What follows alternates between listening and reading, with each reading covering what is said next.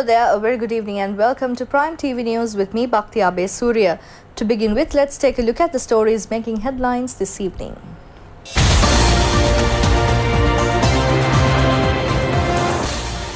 Prices of 10 cancer drugs will be reduced from midnight today. The President commences his 2-day state visit to Nepal. The Prime Minister says the unprofitable economy during the last decade will be made profitable. Properties of large-scale drug racketeers will be confiscated. In news from overseas, the United States ends all funding for the UN Palestinian Refugee Agency. And now for the news in detail. First up in local news, the Ministry of Health says that prices of 10 cancer drugs will be reduced from midnight today. A statement issued by the Health Ministry says that steps have been taken to reduce the prices of another 13 drugs apart from those 10 drugs. Prices of glucometers, testing strips and 2 other medical equipment used by the diabetes patients have also been reduced. President Maithripala Sirisena commenced his 2-day state visit in Nepal today following the end of the BIMSTEC summit in Kathmandu in Nepal. Making the commencement of his tour, the president engaged in religious practices at several religious places, including the Lumbini, where the Buddha was born. President Maithripala Sirisena, who went to the Lumbini sacred area this morning, was warmly received by their chief provincial minister and the Minister of Culture. Thereafter, the president took part in religious activities. The president was given the rare opportunity to touch and worship the place where Prince Siddhartha was born. The trustee of Lumbini Sri Lanka Mahavihara, Venerable Galahapitiya Premarathanathera, conducted the religious rituals. The president requested the officials to inform him about the development activities conducted by the Lumbini Development Foundation. He said that he was prepared to give any assistance for that. Thereafter, the president worshipped the Maya Devi Viharaya at the Lumbini sacred area. The temple, which has been built in the name of Princess Mahamaya, who was the mother of Buddha, has been included in the World Heritage List by the UNESCO in 1997. The president was given a special memento at the temple. Thereafter, the president visited the Sri Lanka Mahaviharaya at the Lumbini sacred area. He went to the temple, which is being managed by the Sri Lanka Malvatta chapter, and worshipped the sacred relics kept there. President Maithripala Sirisena inspected the Dutugamunu Pilgrims' Rest, built for the convenience of Sri Lankan devotees who arrive in Lumbini, and looked into the shortcomings at the temple. Thereafter, he planted an ash sapling at the premises to mark his arrival at the place. Meanwhile, the president attended to religious practices yesterday at the famous Pashupatinath Kovil in Kathmandu, Nepal. It has been declared as a World Heritage Site in 1979 by the UNESCO. Prime Minister Ranil Wickremesinghe says that the unprofitable economy during the last decade will be made a profitable economy under the present government. The Prime Minister said this during a function of the tea exporters. The annual general meeting of Sri Lanka tea exporters were held under the patronage of Prime Minister Ranil Wickremesinghe. Sri Lanka is the 4th largest tea exporter and producer in the world. The annual general meeting was held under the theme Thinking Out of the Box. Sri Lanka tea is well known over the world under the brand name Ceylon tea, registering a growth of income through tea exports. An income of 134 billion rupees has been recorded during the first 7 months of this year. It is an increase of more than 2 billion rupees when compared with the last year. Addressing the function, Prime Minister Ranil Wickremesinghe said that the government would take steps to broaden the market economy. So we are living in a world where trade is becoming a weapon of war. So therefore, we have to now expand the markets and look at where we are going to sell, how we are going. That means we should not give up the Iran market or Turkey market or the Russian market. But it also means that we have to find new ways of selling and go into newer markets. And then stay with the markets that give the best returns. For that, I think funding is needed. Then, actually, if you're looking at a change, your change also must be what are we going to do in the future, then if you look at the changes that you are going to make, how do you first change your systems of training and education for the plantation industry and the tea industry. So there are so many ways, and look at the different ways of value addition. But all this means, how do you maximize your production? Just as much you look at the maximize your prices, but we are not going to expand. In 1960s, China produced less tea than Sri Lanka. Today they are producing far more than us. Vietnam is in there. Kenya is in there. They are all in tea price, even Indonesia. When you were small, tea came from Sri Lanka or India, nowhere else. It was not grown anywhere else. I think the government will step in and help you to look at how do you modernize the tea industry, which also means giving you more funding, giving you more help, whether you are a small holder or a large plantation. But in return, we expect a modern tea industry. So let's get together and let's think of it. Police media spokesman Ruwan Gunasekara said that steps have been taken to confiscate properties of 23 large-scale drug racketeers. SP Ruwan Gunasekara said that legal action will be taken against the suspects who was arrested at Kadawatha area with 740 grams of heroin by the Police Anti-Narcotics Bureau. The Sri Lanka-Nepal Trade, Tourism and Investment Summit took place in Kathmandu yesterday. The chief guest of the occasion was President Maithripala Sirisena. The summit has been organized by the Strategic Social Research Institute. Lengthy discussions took place on increasing cooperation between the two countries in trade, tourism and investment sectors, benefiting both countries. Meanwhile, the President took part in a discussion with the chairman of the Strategic Social Research Institute in Nepal. Minister Mangala Samaravira says that the Enterprise Sri Lanka program has given the opportunity to the youth to stand on their own feet without going behind politicians for jobs. The minister said this while attending the Chief Executive Officer Summit 2018 organised by the Postgraduate Institute of Management of the Sri Jayawardhanapura University.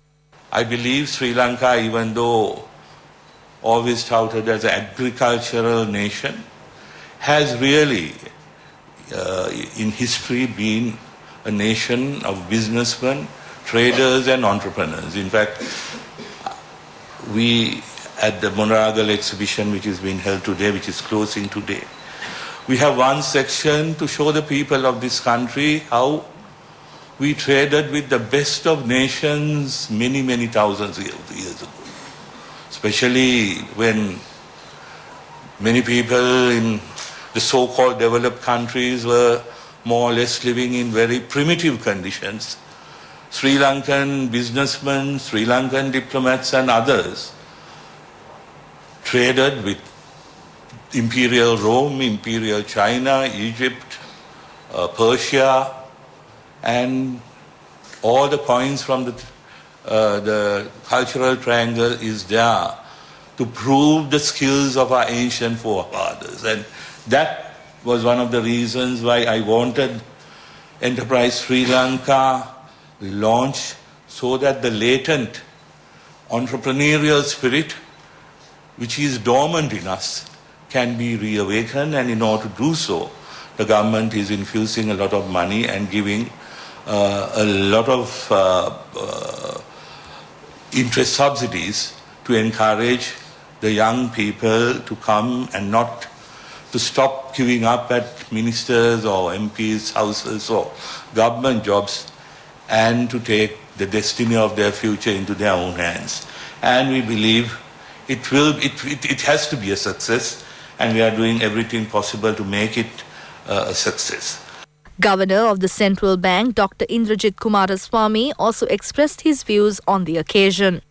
And really, when you look at essentially the supply side, so on the demand side, we didn't create the kind of investment and the growth sectors that we required. On the supply side, we did very well in terms of enrollment ratios, extremely high even amongst girls. Now there are more girls in tertiary education than boys. We've done extremely well in getting people into formal education. However, our learning outcomes have not been as strong, particularly in the STEM subjects. Science, technology, engineering, maths, our outcomes have not been as strong. You compare us again with the successful countries of East and Southeast Asia. They do extremely well in those subjects. In fact, they're world class. They're the best in the world. So that's another lesson we need to learn. In terms of skilling our people, in terms of our education, training and skills development programs, we need to make sure that we empower our young people with the right skills for a modernizing economy. A commemorative ceremony was held at the Ampara Special Task Force camp to commemorate STF officers who sacrificed their lives during the period of war. The ceremony was held under the patronage of Eastern Province DIG MDKS Kapila Jayasekara. Floral tributes were paid to the memorial built on behalf of the STF members. DIG in charge of Ampara, Batiklo, Nuanveda Singha, police officers, armed forces officials and relatives of STF officers who sacrificed their lives to the nation were present at the ceremony. An all-night Pirit chanting ceremony and an almsgiving to the Mahasangha took place to coincide with the commemorative ceremony. Facilities have been provided to make investments to a large number of people by the Enterprise Sri Lanka National Exhibition held in Monaragala. Thousands of people who received benefits from the exhibition rejected allegations by some stating it was only an exhibition.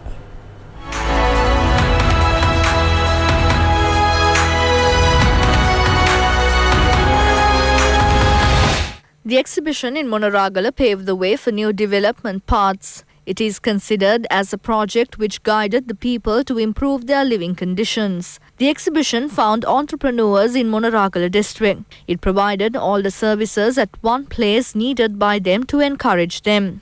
It has been confirmed by purchasing 551,000 tickets to watch the exhibition. More than 5,000 have registered at the exhibition for the Enterprise Sri Lanka concessionary loan schemes. A keen interest prevailed at the exhibition premises for the Navoda Farmers Loan Scheme. The Gamperaliya project, launched to coincide with the Enterprise Sri Lanka program, has implemented development projects to the value of 200 million rupees at each divisional secretariat zone in the Monaragala district. It is significant to note that these have been implemented within 4 months. The exhibition supported the Vision 2025 Rich Country Sustainable Development. Therefore, many people commended the exhibition. A presidential mobile service was held at the exhibition premises and many attended their needs. Trade stalls were distributed among lottery sellers. The exhibition provided the training needed to become entrepreneurs. Media organizations gave information and were able to guide many of them to make investments. The second Enterprise Sri Lanka exhibition will be held in Anuradhapura and the third one in March next year in Jaffna. Therefore, it can be considered as a mega project that woke up the entire country.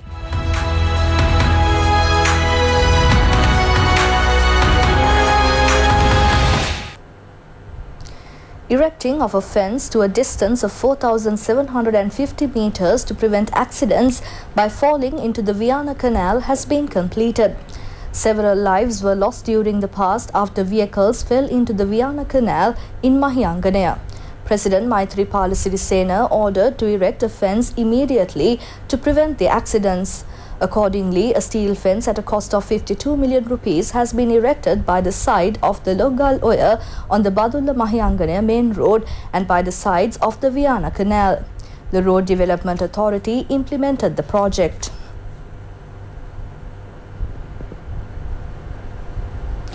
Two people have died and 6 injured in an accident involving a van and an Air Force truck. The accident has occurred near the Telulla Primary School in Vallavaya. 2 Air Force officers in the truck and 4 passengers travelling in the van have been injured. They have been admitted to the Vallavaya hospital. 2 of them have been transferred to the Hambantota hospital. The driver of the van and a woman passenger have died in the accident. Finally, in local news, farmers belonging to 410 farmer organizations says that wild elephants have destroyed more than 100 acres of paddy in Anuradhapura Thalava area. They said that although the wildlife officers was informed, they did not take any suitable steps. However, Range Officer R.B. Abesekara of the Jayaganga Wildlife Office said that they have not received a complaint in this regard. He said that it has occurred as there was no proper method to protect the elephant fence which has been completed. He further said that improper development has also contributed to the situation. Anuradhapura Wildlife Range Officer Upali Jayawardena said that they take all measures to prevent human-elephant conflicts. With that, we wrap up our today's edition of Prime TV News. For details of these stories and for more, you can log on to our website www.itnnews.lk. Thank you for joining me. Bye for now and have a pleasant evening.